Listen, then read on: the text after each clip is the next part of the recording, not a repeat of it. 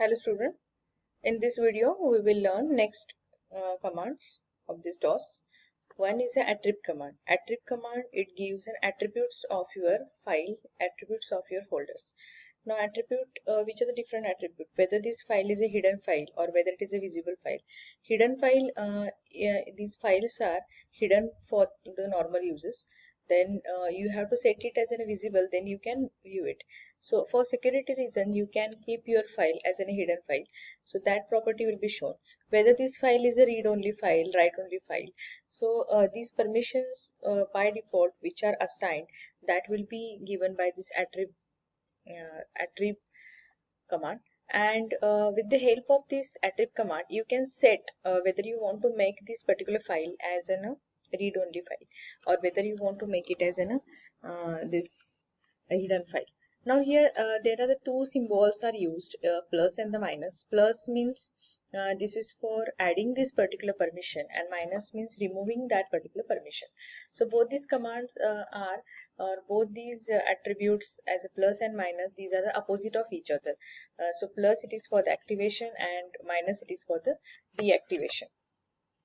Now there are the S, it will give that particular path for all the subfolders of the particular file, and hyphen d slash d, that will define that whether you want to include any process folders for that particular execution.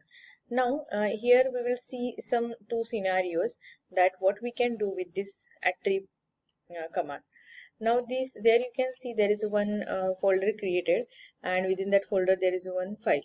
Now sample.txt, you can assign its attribute as plus h and plus s. Plus h means it will be hidden and it will apply all the settings of the system files. So system files will be having some settings, just like whether it is a read-only file and different parameters. So these parameters of the systems by default will be assigned for this sample.txt created by user. Now write down the attrib plus h plus s, and then write down the file that you want to assign the permission.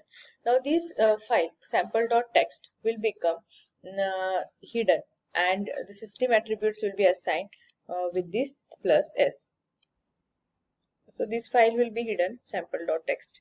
Second way that you can make some files or the folders as a read only, that is scenario 2. Here you can see, you can write down as attrib plus r plus s, and then that particular drive downloads you can see, and in that downloads all the text files will be having a read-only permission. Now star defines that all files. So star, it is an asterisk symbol and it is used in a regular expression that you will learn in a theory of automata, finite automata, that in that subject you will learn detail. Regular expression will define that which are the files can be indicated type according to its type with some symbols. So one of the symbol, it is an asterisk symbol. With that you can define that particular type, all the files of that particular type. So star, even if you want to search on your drive, as in for example Java files, or right now you are working on CPP, so you can search like that star.cpp on that drive. All that CPP files will be get appear. So that is the meaning of star. Now here you can see attrib plus r plus s.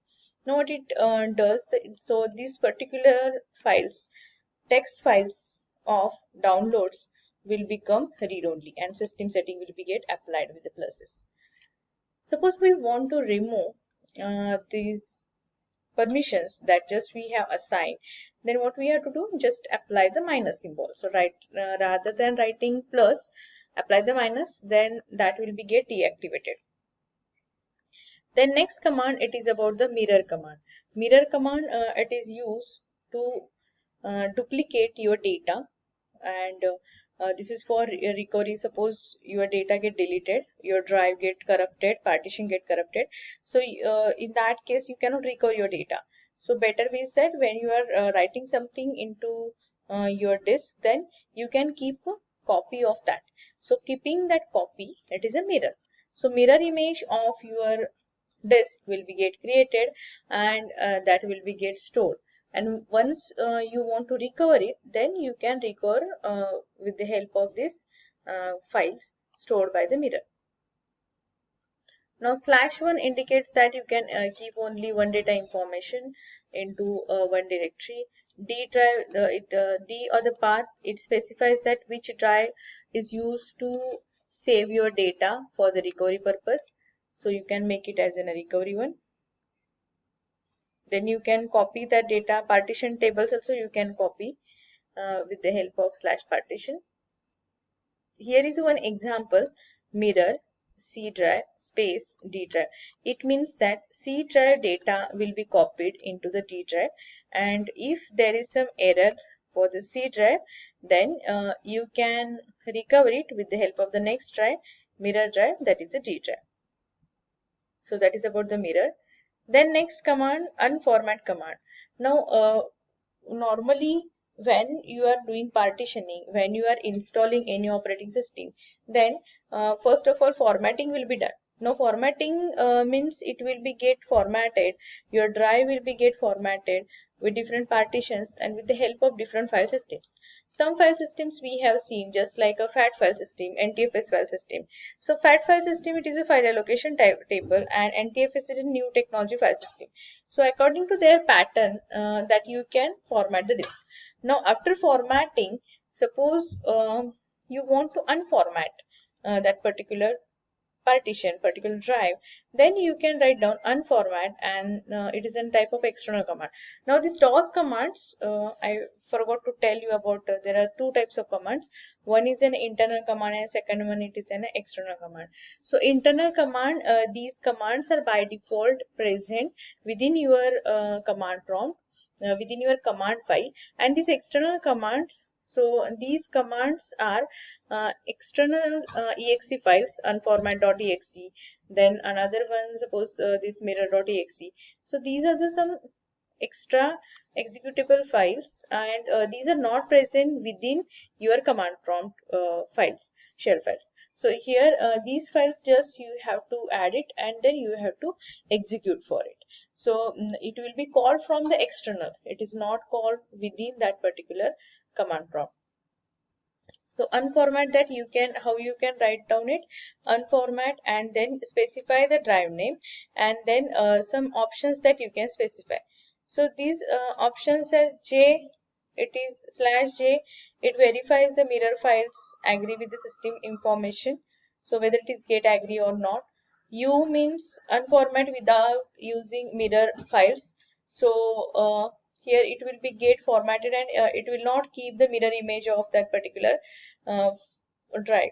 So that is about the /U. /L, it is for about the list of the all files and directories which are within this particular drive that you want to unformat it. Test, it will display the information but it will not write some changes to the disk. /P, it is send the output for connected to the printer, that is LPT for the printer. And PARNTN, this is for the actually partition, so it restore the disk partition tables. So your partition tables which are present before formatting, that will be get restored with the help of this part N, that is a PARTN partition. So these are some options that you can use. So here in short these options are given as /U, /L, /test, /P. Then this is for partitioning table, that copy of that unformatted disk, then part N, and another one that is a /J. So in short, remember that unformat means just you can unformat your disk.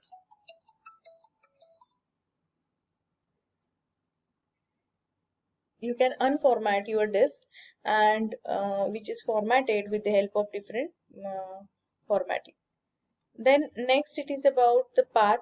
The path command is used to specify the path specified, which are the different path are allowed, and you can execute the command. Suppose you are executing Java programs, then you have to specify the environment variable path of the Java JDK, and after setting that path you can execute the Java program. So you can check whether these different paths are included within that C program files or not.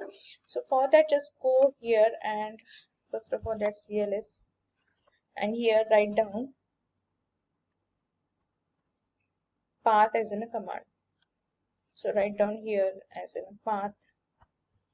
So you can see here there is one Oracle path, there is JDK Java path. The programs that you want to execute, then you have to specify the path. You can specify the path through the environment variables. In environment variable, just add these paths. Then you can execute some files.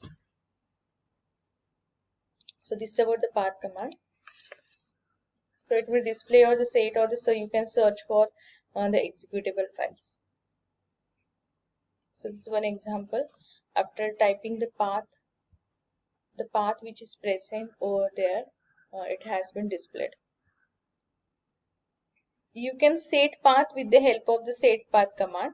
So suppose you want to execute Java program and you haven't set the path through the environment variables through the UI, then here simply write down set path is equal to, and then you have to write down this JDK path, then your program will run. For example, here you can see here C program file Java JDK 14 /bin. So on my system Java 14 JDK 14 is installed.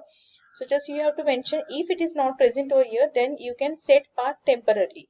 Set path, and in double quote write down this path, and through this path once you set it, then all the files related to this Java programs can be get executed, can be get compiled with the help of this path. So that is use of the path.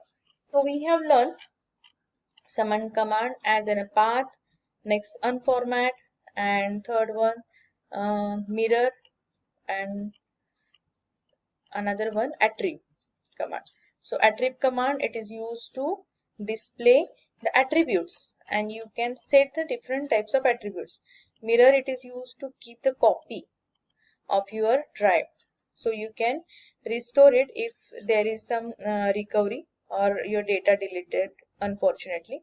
Then unformat, that your disk will be go back to your unformatted state, to the original state.